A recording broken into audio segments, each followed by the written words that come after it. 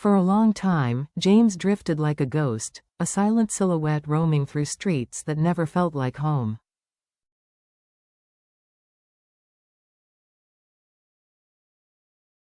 Each step echoed in alleys unknown, the cold wind slashing against his coat, but not as sharply as the ache that lingered in his heart at the memory of Diep's smile, soft, warm, heartbreakingly distant.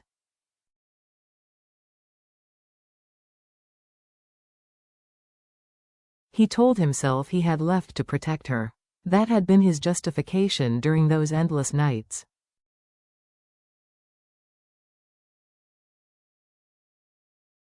Yet in truth, he had been running from betrayal, from fear, from the broken fragments of his own past.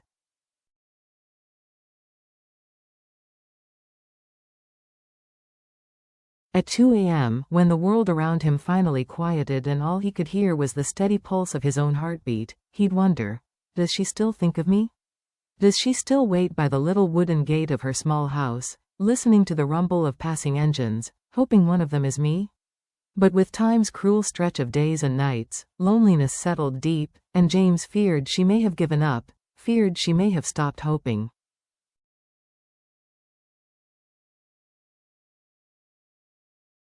Far away, in a dusty little village, Diep lived each day like someone accustomed to pain.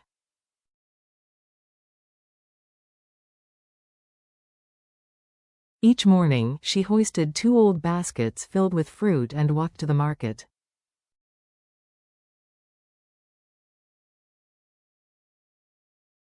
She greeted every customer with a polite smile. Children adored her, yet even their innocent warmth couldn't lighten the weight in her eyes.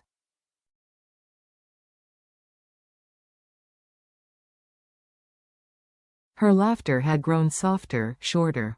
Whenever someone mentioned James, her gaze drifted, as though she hoped she might catch a glimpse of him among the crowd.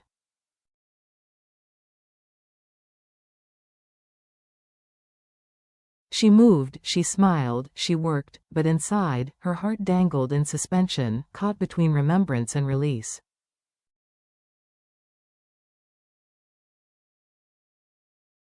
Sometimes, mid-market bustle, she'd freeze, convinced she'd seen him walk past, and hold her breath, only to exhale slowly when the faces around her proved to be strangers.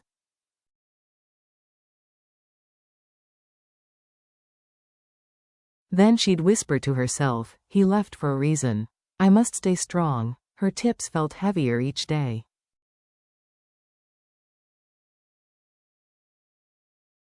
Meanwhile, miles away, James felt the distance stretching like a fraying thread, so thin and fragile that at any moment it might snap.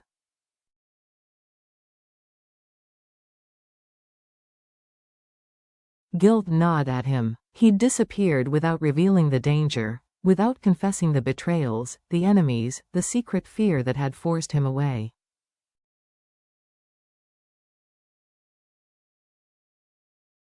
He kept telling himself it was better she didn't know. Better she stayed safe, sheltered from all that stalked him.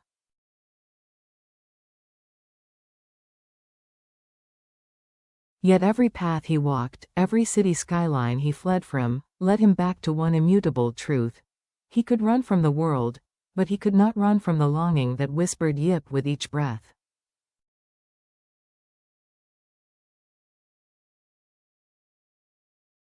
And deep within him stirred a quiet decision, one that would pull him back toward the place he once called home.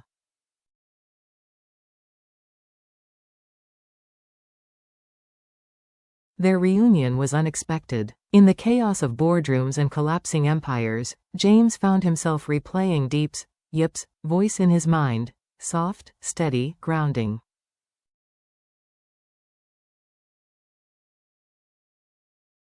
He chastised himself. An accomplished CEO, feared behind polished desks, now unraveled by a woman who sold vegetables at sunrise? It felt absurd.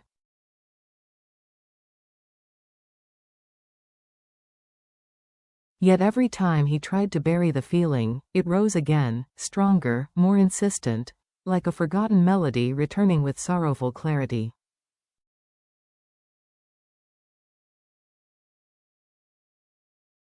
His company was in turmoil. Rumors swirled, papers inked with accusations, investors shaking their heads.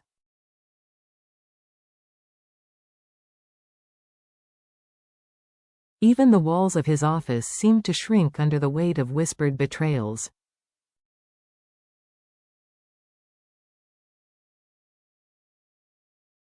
Still, amidst the storm there was a rare moment of stillness that haunted him. Her, standing under the shade of a mango tree, sunlight catching loose strands of her hair, asking him simply, "Are you okay, James?"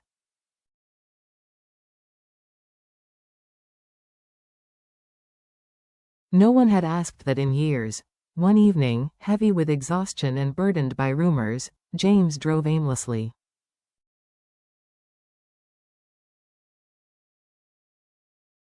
City lights blurred behind him, replaced by darkness. His heart led him down a winding rural road, toward Diep's small house.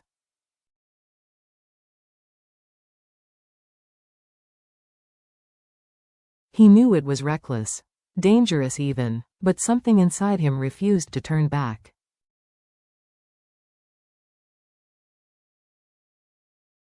She was outside, watering a small garden she tended with more care than he had ever given anything in his life.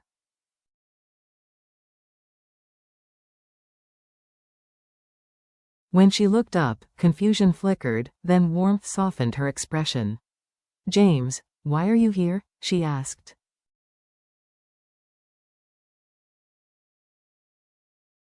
He opened his mouth, but the truth felt too heavy to speak. How could he tell her he simply needed to breathe where nothing hurt? Instead, he said quietly, "I needed to see you."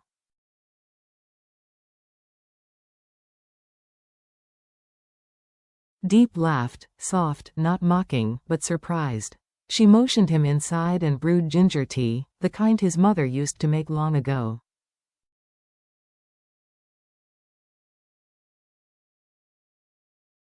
The aroma filled the room, stirring memories long buried, of childhood innocence, safety, a life before ambition swallowed everything.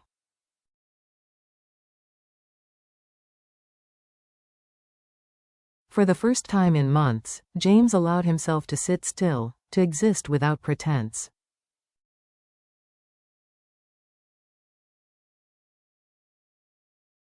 Diep spoke of her day, worries about crop prices, tales about a stray cat she cared for, gentle complaints about her aunt who scolded her for overworking.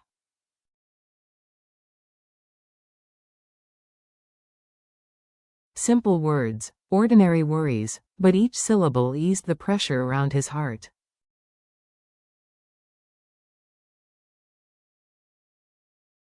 Between her laughter and the rustling banana leaves outside, a thought settled quietly within him. I don't want this, whatever this is, to be temporary.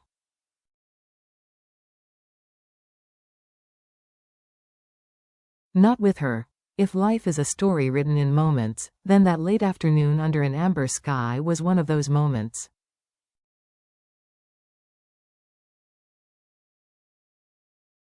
The air smelled of rain-soaked earth. James stood beside Diep at the edge of her small field, watching as she bundled freshly cut vegetables.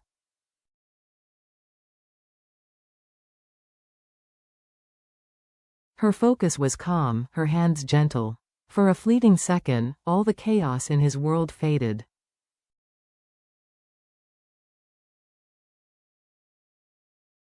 It was strange, and yet beautiful, how a woman with so little could make him feel as though he finally had enough.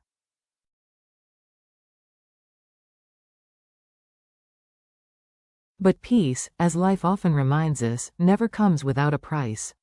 His phone buzzed, dozens of missed calls, urgent messages, investor pullouts, scandal leaks, anonymous sources threatening to expose everything.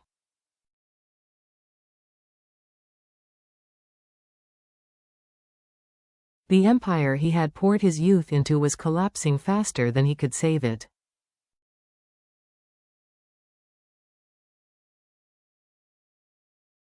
He turned away from Diep, his chest tightening under the weight of responsibility.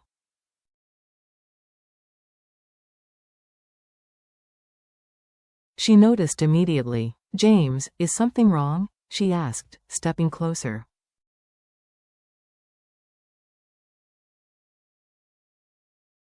How could he tell her the truth? That enemies circled him like vultures?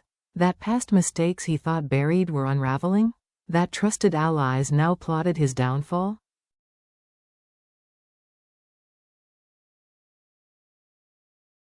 Instead, he hesitated. The silence stretched. The only sound was the faint whisper of leaves in the wind.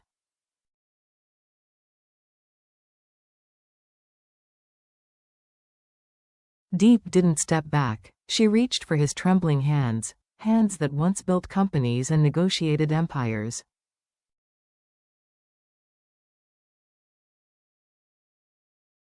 But in her grasp, they felt human again. Vulnerable. Real. You don't have to carry it alone, she whispered.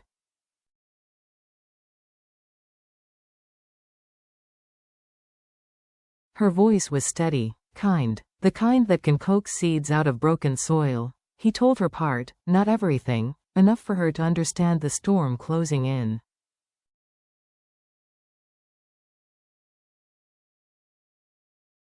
In the hush that followed, waiting for her reaction felt like waiting for rain at the end of a dark, swollen cloud.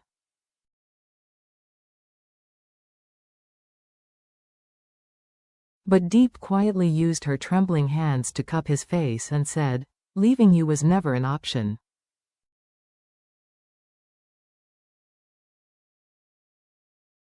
Hiding the truth hurts more than any enemy could. Her honesty struck him harder than any blow from his adversaries.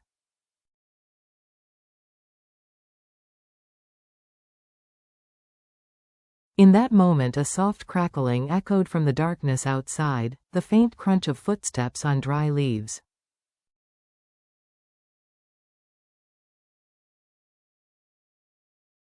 Instantly, James pulled Diep closer. A shadow detached itself from the distant trees, a figure with tired eyes, unkempt clothes, a guitar slung over a shoulder.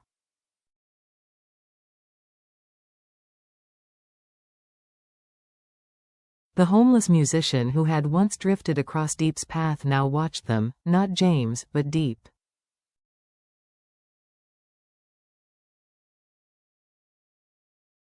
Fear washed over James. Peace was fragile. And dangers, the kind you bury deep, had a way of walking back into the open.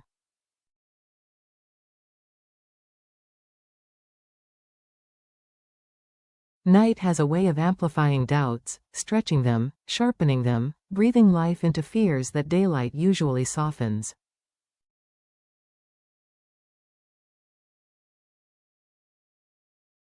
That night felt heavier than all those before. The cicadas hum louder, the rustle of trees, sharper.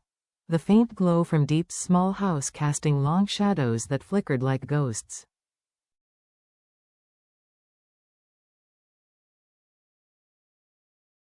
James asked himself, "Am I worthy of staying by her side?" He walked slowly toward the porch where Diep sat peeling sweet potatoes.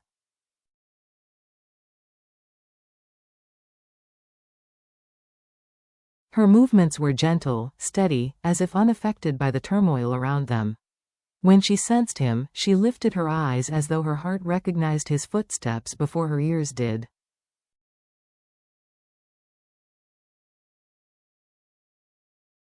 "James," she whispered, "you're trembling." He had not realized. Perhaps it was dread.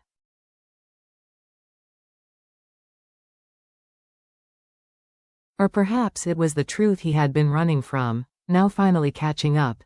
He sat beside her as the wooden step creaked under his weight.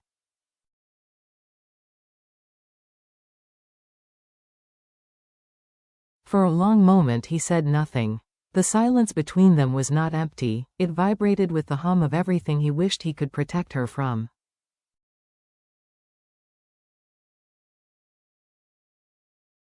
"Diep," he finally whispered, voice cracked and hollow, "there's something you need to know."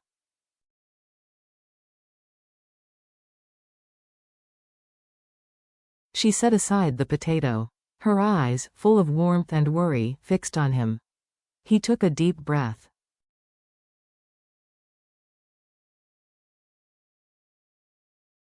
Then he told her. he told her about the betrayal.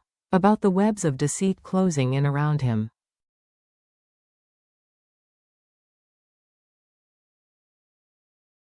About the financial traps. About the musician who had followed them. And finally, about John, the man whose vengeance had roots that stretched deep into James's past, a revenge tied to a history they didn't yet understand they were part of.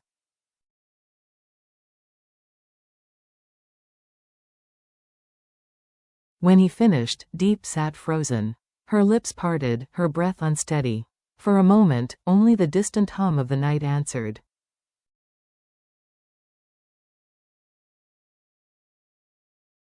Then a single tear slid slowly down her cheek, not from fear, but from the weight of everything he had carried alone for so long.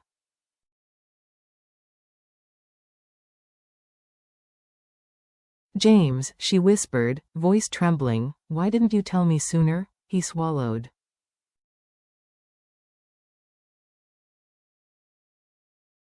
"I was afraid," he said. "Afraid that once you knew everything, you'd walk away."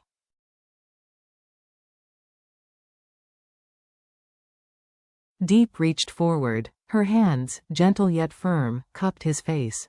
"Leaving you was never an option," she said again, softly.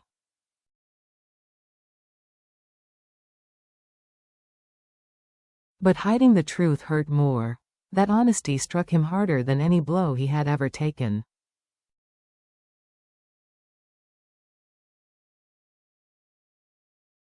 In the brittle silence of the porch, footsteps again, soft, careful, crunching on dry leaves.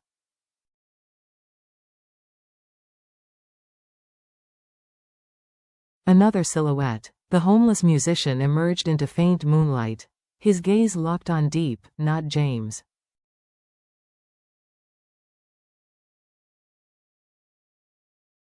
And in that breathless moment, James realized something important. The storms he feared weren't coming.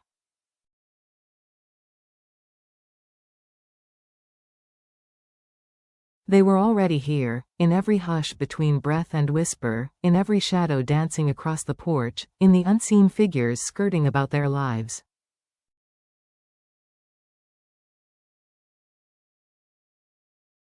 But James and Diep's journey showed him this. The strongest relationships are not those untouched by hardship, but those forged through it.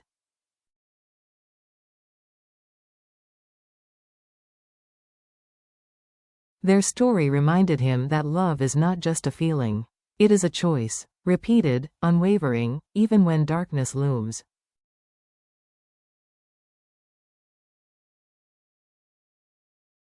James had spent years carrying burdens alone, believing that protecting Diep meant hiding the truth.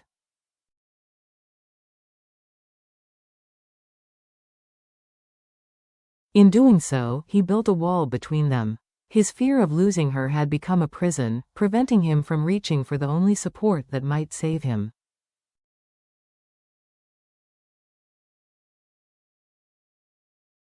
This is a lesson many learn too late. Love does not endure in secrecy.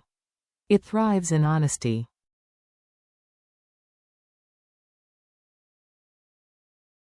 It survives not through grand gestures or heroic vows, but through the simple decision to stay when everything feels unstable, to stay when the future is unclear.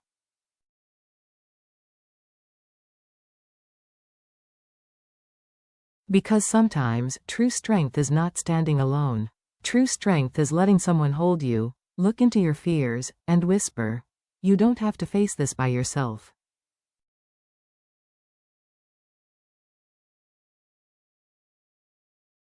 And perhaps that, more than anything, is love's greatest victory, when even the most wounded hearts finally find a home in each other's arms.